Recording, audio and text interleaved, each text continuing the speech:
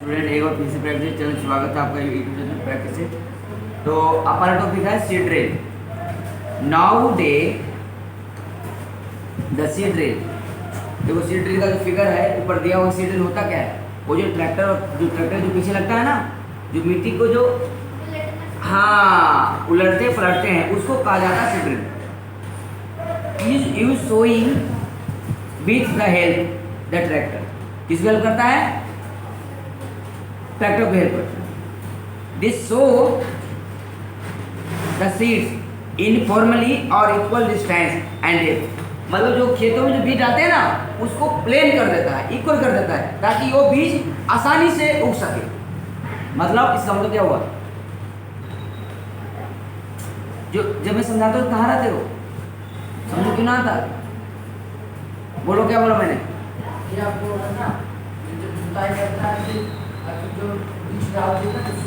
Soft हो जाता है, इसीलिए उसको की जाती है।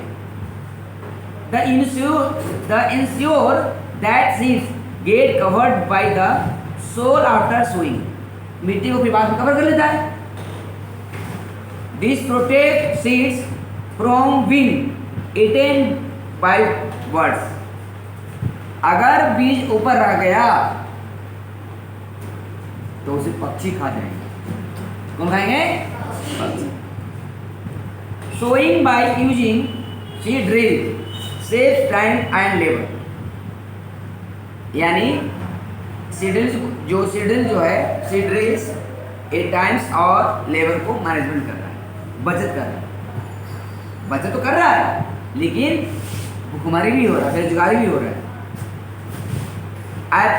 और appropriate distance between the seeds is necessary to avoid overcrowding of plants. This allows plants to get sufficient sunlight, nutrient and water from the soil. मतलब उसके अंदर में जो प्लांट जो है उसको हमें चाहिए sunlight, nutrient and water. At times the few plants may have to be removed to prevent overcrowding। मतलब जो है पौधों में सूर्य का प्रकाश, प्रोटीन और पानी जरूरत होता है। अब हिंदी में, आजकल बुआई के लिए ट्रैक्टर द्वारा संचालित सीड ड्रिल कहा जाता है। इसके द्वारा बीजों में समान दूरी गहराई बनी जाती है। यह सुनिश्चित करता है कि बुआई के बाद बीज मिट्टी द्वारा ढक जाती है। इससे बीज को पक्षियों द्वारा खाए जाने से रोका जा सकता है। बिल्कुल राइट। सीड ड्रिल द्वारा बुआई करने से समय और श्रम दोनों की बचत होती है। पौधों को अत्यधिक घने होने से रोकने के लिए बीजों के बीच उचित दूरी होना अत्यंत महत्वपूर्ण है। इससे पौधों को सूर्य का प्रकाश, पोषक और जल पर्याप्त मात्रा में पर्याप्त होता है। अधिक घनेपन को रोकने के लिए कुछ पौधों को निकाल कर हटा दिया जाता है। समझ गए ना? तो डाउट तो नहीं है। अब आते हैं एडिंग मैन्योर एंड फर्टिलाइजर। अब आधार सुनिए। The substance which the added to the soil in the form of nutrient for the healthy growth of plant are called manure and fertilizer। ये दोनों चीज किसके लिए होते हैं? ये पौधों को ग्रोथ करने के लिए, पौधों को बढ़ाने के लिए करते हैं। क्लियर है? Soil supplies mineral nutrient to the grow plants. These nutrients are essential for the growth of plants। मतलब जो पौधे हैं ना बेटा, ये न्यूट्रिएंट मिलता है उससे, पोषक, तो वो क्या करता है? पौधों को मिलता है तो वो फिर इंसान को देता है। पौधे में अगर न्यूट्रिएंट मिलेगा, फल में किसको मिलेगा? हम लोग। In certain area farmer grow crop after crop in same field. The field is never left uncultivated और fallow. Imagine what happens to the nutrients। जो उसका जो न्यूट्रिएंट है वो उसके आधार पे काम मिलता है। जैसे कि कोई पौधा है, इस पौधे में न्यूट्रिएंट नहीं है, उसको यूरिया मिलेगा, पत्ते सूख जाएंगे, और सूख जाएंगे तो क्या होगा, फिर फल वगैरह भी नहीं देगा, right. Continue cultivation of crops makes the soil poor in nutrient to the field to replace the soil with nutrient. This process is called manuring. Improper of insufficient manurings result in weak plant. अगर पौधे के अंदर में कोई nutrient नहीं है तो समझो कि वह प्लांट बिल्कुल पतला हो जाएगा। अगर पतला होगा तो फल भी नहीं होगा। Manure is an organic substance obtained from the decomposition of plant and animal. जो गाय से गोबर निकलता है ना, गोबर वो खेतों में क्यों डालते हैं बताएं, क्यों डालते हैं? हाँ, और गाय के गोबर से, भैंस के गोबर से खेतों की जो मैन्योर होती है ना, खाद, वो बहुत बेहतरीन होता है। आजकल जो खाद है ना, डीएपी वगैरह, यूरिया वगैरह जो डालते खेतों में, वो भैया ओरिजिनल नहीं है। इससे खेत बंजर हो रहा है। मतलब बंजर क्या हो रहा है, मतलब उसकी एनर्जी भाग रही है। Waste in pits and open the place and allow decompose the decomposition is caused by some microorganism. The decomposed matter is used as organic manure. You have already learned about vermicompost class 6 में पढ़ा होगा आपने इसके बारे में, बहुत सारी चीज़ें था, है ना। तो अब मैं थोड़ा इंग्लिश पर, अब हिंदी पढ़ता हूँ। खाद एवं उर्वरक मिलाना, वे पदार्थ जिन्हें मिट्टी में पोषक स्तर बनाए रखने के लिए मिलाया जाता है उन्हें खाद एवं उर्वरक कहते हैं। मिट्टी फसल को खनिज पदार्थ प्रदान करती है। यह पोषक पौधों की वृद्धि के लिए आवश्यक है। कुछ क्षेत्रों में किसान खेत में एक के बाद एक दूसरी फसल उगाता है। बिल्कुल राइट भाई। अब किसान थोड़ी कि धान उगा दिया और गेहूँ नहीं, तो धान कब उगाई जाती है? वर्षा ऋतु में, और गेहूँ ठंड ऋतु में, राइट। कन्फर्म है ना? यानी कि वर्षा के बाद ही तो गेहूँ लगता है। जब धान कट जाते हैं तो गेहूँ लग जाता है। ये होता ना, खेत कभी कभी खाली नहीं छोड़ जाते, नहीं छोड़ते ना, क्यों बताओ, क्यों नहीं छोड़ते खेत खाली? हाँ, वो बंजर हो जाएगा। फसलों के लगातार उगाने से मिट्टी में कुछ पोषक की कमी हो जाती है। अगर तो फसल, ये भी बात है, लगातार अगर उगाएगा तो फिर भी कमजोर होगा, फिर भी हो सकता है, समझ लो ना। इस क्षति को पूरा करने के लिए किसान खेतों में खाद देते हैं। यह प्रक्रम खाद देना कहलाता है। अपर्याप्त खाद देने से पौधे कमजोर हो जाते हैं। अगर तूने खाद ज़्यादा दे दिया तो पौधा ऑटोमेटिक खराब हो जाएगा। बिल्कुल, और क्या हो जाता है? आए बेटा, हाँ तो ही हो ना। हाँ, खाद एक कार्बनिक पदार्थ है जो कि पौधों या जंतु अपशिष्ट से प्राप्त होती है। किसान पादप एवं जंतु अपशिष्ट को एक गड्ढे में डालते जाते हैं तथा इसका अपघटन होने के लिए खुले में छोड़ देते हैं। अपघटन कुछ समय जीवों द्वारा होता है। अपघटित पदार्थ खाद के रूप में उपयोग किया जाता है। ठीक, आप कक्षा 6 में वर्मी कंपोस्टिंग अथवा केचुए द्वारा खाद तैयार करने के लिए विषय में पढ़ चुके हैं। बताओ इसके बारे में काफ़ी पढ़े हो। केचुआ रहता है खेतों में, हाँ, केचुआ क्यों होते हैं? क्योंकि वो वहाँ से खेती करने मान ज़्यादा खाद होती है ना। फिर हो गया, तो मैं अब देखिए, did plant in all glasses the growth same place. अच्छा ये बताओ, इसमें दिया है कि प्लांट में एक समान क्यों दिखता है पौधा? हाँ, क्यों दिखता है? बिल्कुल, उसमें एक समान पौधे होते हैं इसलिए। Better growth plant in which glass was the growth fastest. Fertiliser are the chemical which are rich particular nutrient. जो फर्टिलाइजर है ना, वो हमारा क्या है? वो एक न्यूट्रिएंट के बराबर है। वो किस बराबर है? न्यूट्रिएंट बराबर है। How are they different are from manual fertiliser are protect the factory. ये जो यानी इसका मतलब मैनुअल मतलब हुआ नेचुरल, मैनुअल बोलते हैं नेचुरल को, जो भगवान को बनाया जैसे गोबर, ठीक, और फर्टिलाइजर जो हम कंपनी बनाते हैं कंपनी में, जैसे यूरिया, डीएपी, फॉस्फेट, समझ गया ना, ठीक है, क्लियर हो गया। सम एग्जाम्पल, यूरिया में बोल दिया, urea, ammonium sulphate, super phosphate, NPK. NPK पूरा नाम क्या है? एन मतलब नाइट्रोजन, पी से फास्फोरस, के से potassium, NPK. The use of fertiliser has help farmer to get better yield of crop such as the wheat, paddy, maize. What excessive use of fertilizer has made the soil less fertilizers। मतलब बोल रहा है कि आपने जितना भी जो चीज़ें एग्जाम्पल दे रहा है, खाद वगैरह क्यों डालते हैं?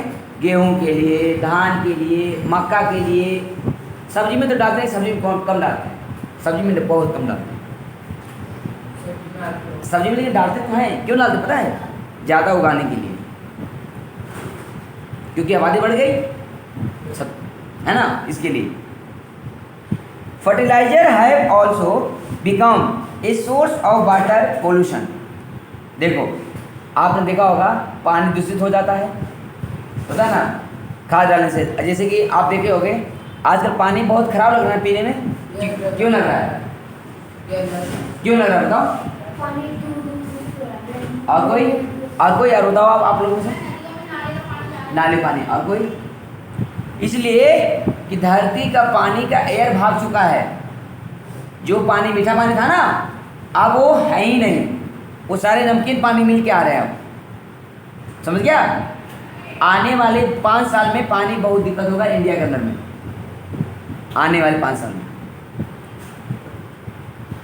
Therefore, in order to maintain the fertility of the soil, we have to substitute fertilizer with organic manure or leave the field uncultivated in between 2 crop।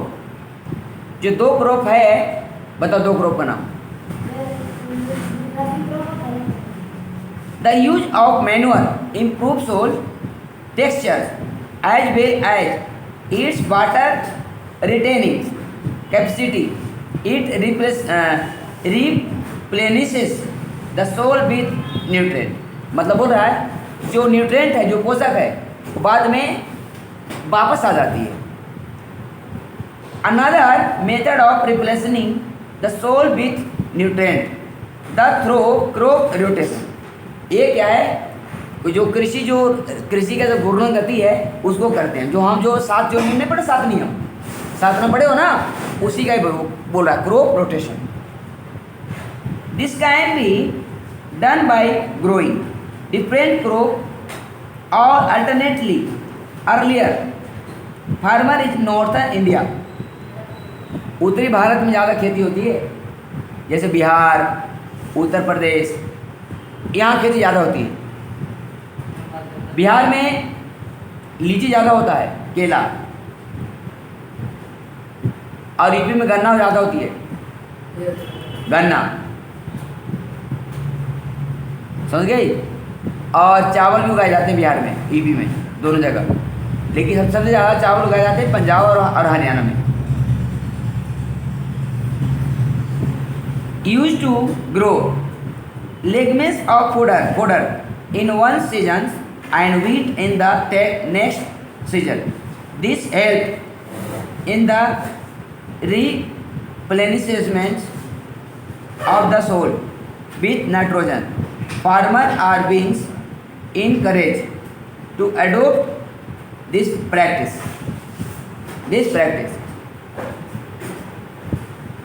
In the previous classes, मतलब पिछले class में पढ़े हो आप, you have the learned rhizobium।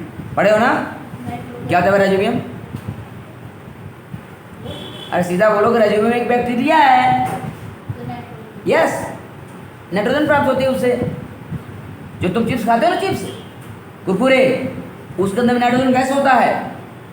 Chips Kurkure में pack के अंदर में नाइट्रोजन गैस के कारण वो अच्छा लगता है खाने में, इसीलिए नाइट्रोजन गैस के अंदर होते हैं वो, इसलिए। हाँ समझे रे, तलो चीज में these are present in the nodules of roots of leguminous plants, they fix atmospheric nitrogen.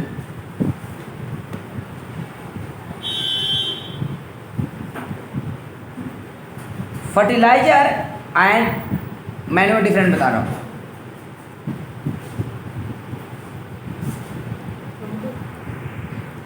The fertiliser is man made, यानी इसको इंसान ने बनाया है। अगला, manure is natural substance obtain by decomposition cattle dung plant digestion, यानी कि जो हम जो खाते पीते नहीं है, जूठा फेंक देते हैं, फल का छिलका फेंक देते हैं, है ना। और कोई कोई तो डब्बा में करके फेंकता है, जैसे डब्बा रख लिया तो डब्बा में कूड़ा डालता है डब्बा के अंदर में, और जाकर बाहर फेंकता है नहीं, करती हो ना। देखो दूसरा, fertiliser is prepare is factory, कहाँ ये होती है, कंपनी में बनती है। Manure can prepare in the field, कहाँ बनता है, मैदान में अपने आप से। Fertiliser does not provide and humus to soil, humus का नहीं होता। Manure provide the load humus to the soil, humus द्वारा बनता है। Fertiliser are very rich in plant nutrient like nitrogen, phosphorus and potassium. Manure relative less rich the in plant nutrients. Okay, तो ये दोनों आपका डिफरेंट था। चारों पार्टी बहुत इंपॉर्टेंट क्वेश्चन है, फर्टिलाइजर एंड मैन्युअर, ये पेपर में आ सकता है। अब है advantage of manure. The organic manure is consider better than fertiliser. पहला point, it enhance the water holding capacity of the soil, it makes the soil porous due to which exchange of gases become easy. It increases the number of friendly microbes. It is improve the textile the soul, मतलब कि ये ना इससे हमें लाभ होगा, कोई हानि नहीं होती।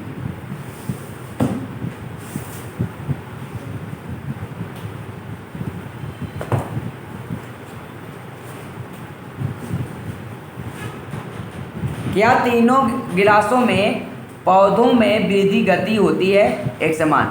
किसी गिलास में पौधों की वृद्धि बेहतर है, किस गिलास के पौधे में वृद्धि सबसे अधिक है?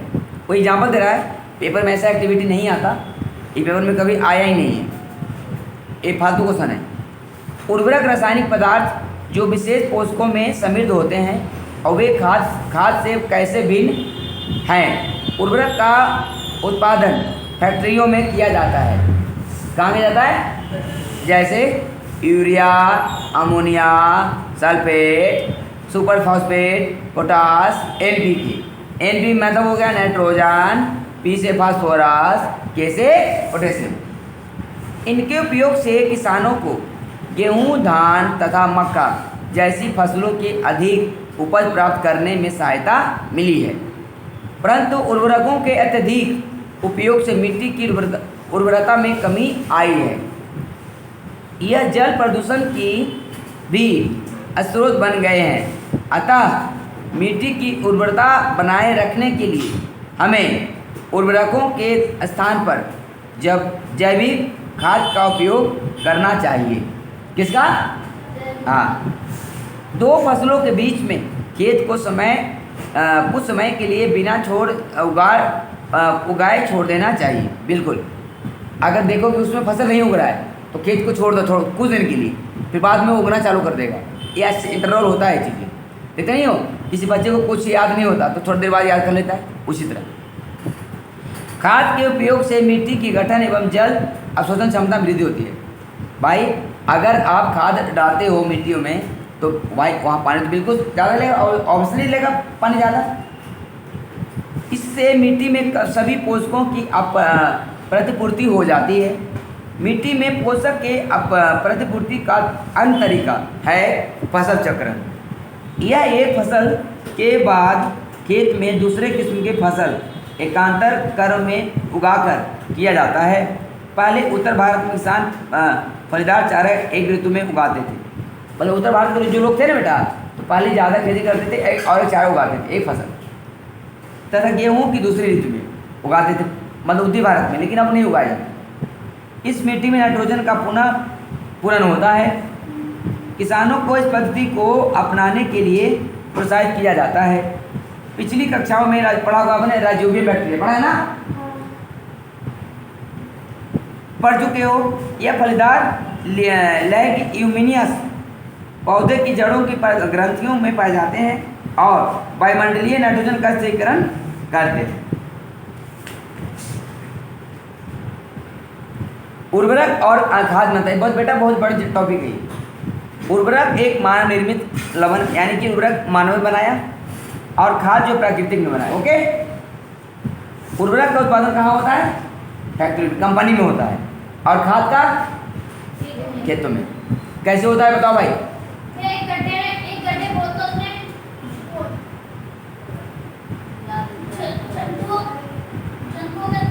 छंटू के माध्यम से किया जाता है, उसको खुले में छोड़ दिया जाता है, खेत में अपने। सही। उर्वरक से मिट्टी को ह्यूमस प्राप्त नहीं होता। खाद से मिट्टी को ह्यूमस प्रचुर मात्रा में होती है। क्या होती है? उर्वरक में पादप कुपोषक जैसे कि नाइट्रोजन, फास्फोरस, पोटेशियम प्रचुरता होती है, लेकिन खाद में पोषक तुलनात्मक रूप में कमी होती है। कैसे कमी होती है भाई? गाय गोबर में कभी कमी हो जाती है, कभी ज़्यादा। अब देखो, खाद के लाभ। जैविक खाद के उर्वरक की अपेक्षा अधिक मानी जाती है, अच्छी मानी जाती है। इसका मुख्य कारण क्या है? पहला, इससे मिट्टी की जलधारा क्षमता में वृद्धि होती है। इससे मिट्टी भुरभुरी और सरंद हो, भुरभुरी समझते हो, पतली पतली हो जाती है जुतने से। इसके मित्र जीवाणुओं की संख्या वृद्धि हो जाती है। इस जैविक खाद से मिट्टी का गठन सुधर जाता है। तो ठीक है प्यारे बच्चे, नहीं रहने दो। तो बाकी हम कल की वीडियो मिलते हैं। जब तक के लिए नमस्कार।